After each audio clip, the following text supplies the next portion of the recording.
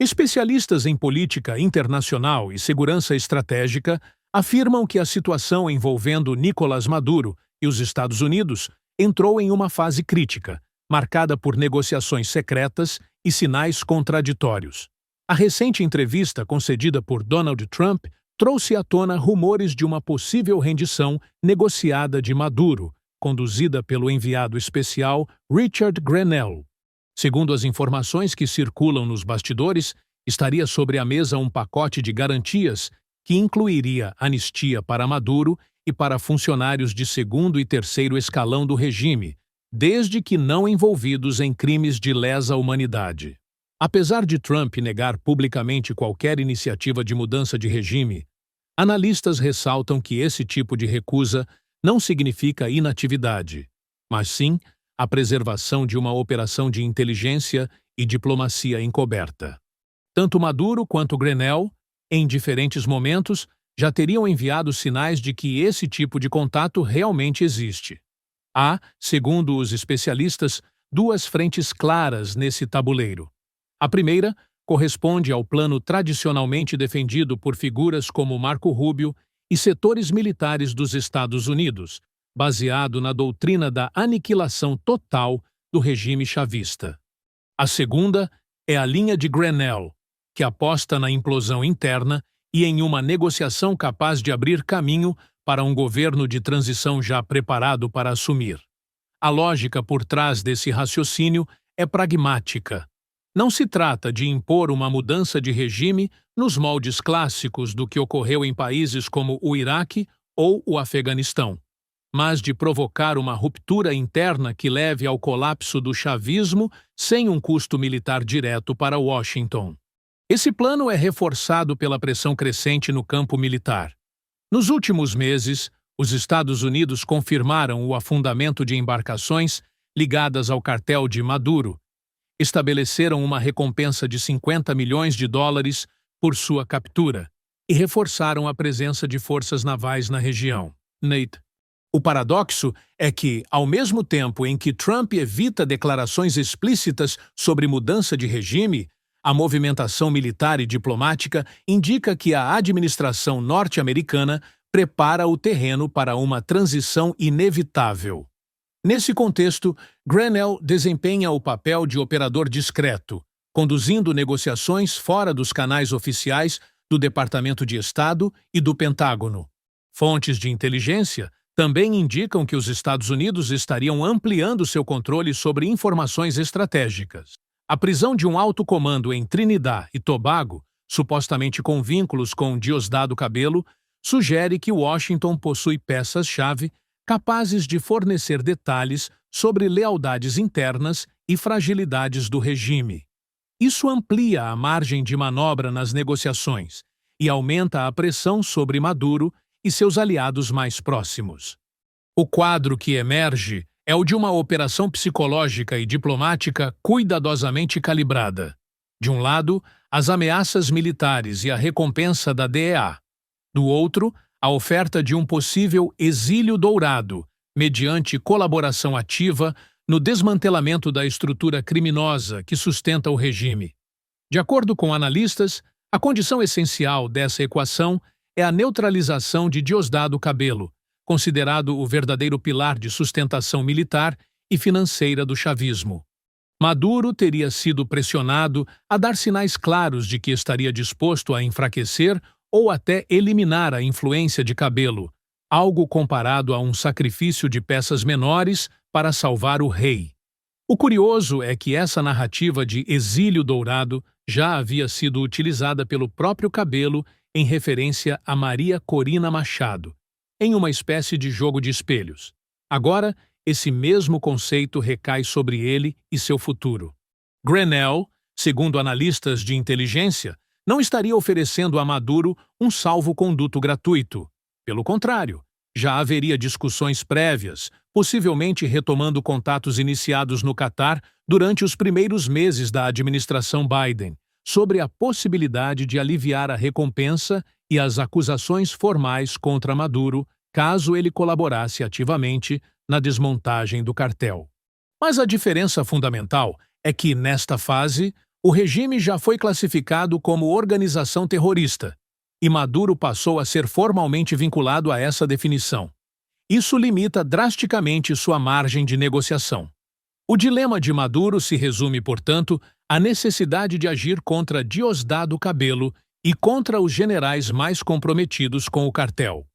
Não se trata apenas de buscar a fuga pessoal, mas de garantir algum nível de sobrevivência política e física, com a aprovação dos Estados Unidos.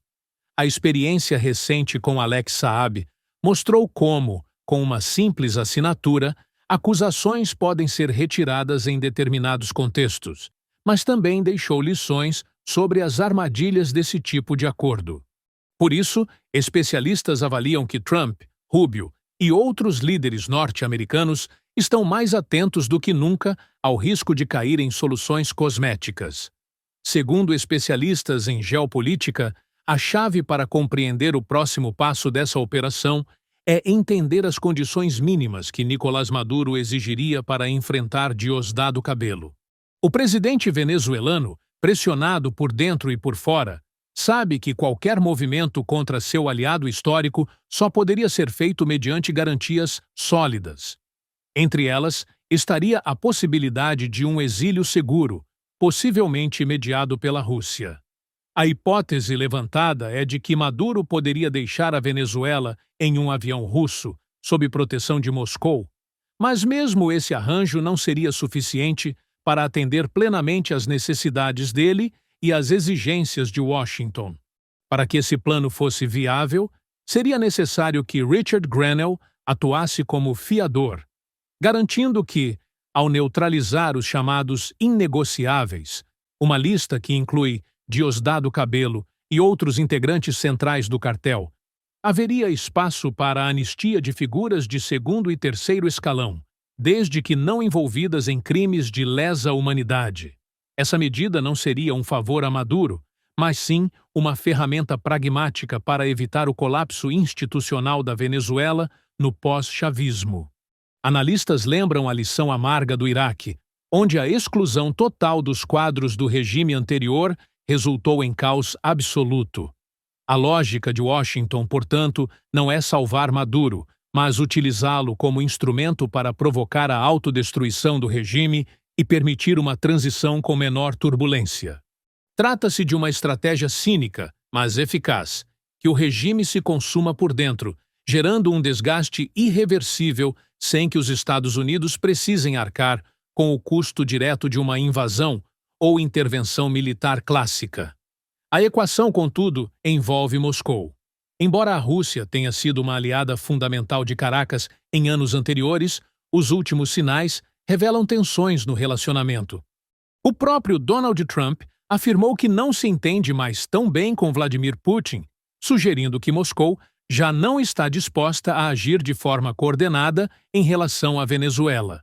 O interesse russo, segundo especialistas, não é proteger Maduro, mas assegurar ativos estratégicos, investimentos e a continuidade do acesso ao petróleo venezuelano, cujas reservas são as maiores do mundo. Essa realidade limita as garantias que Maduro pode esperar do Kremlin, reforçando a percepção de que sua margem de manobra é cada vez menor. Nesse cenário, a grande pergunta é se Maduro realmente teria condições ou disposição para entregar Diosdado Cabello.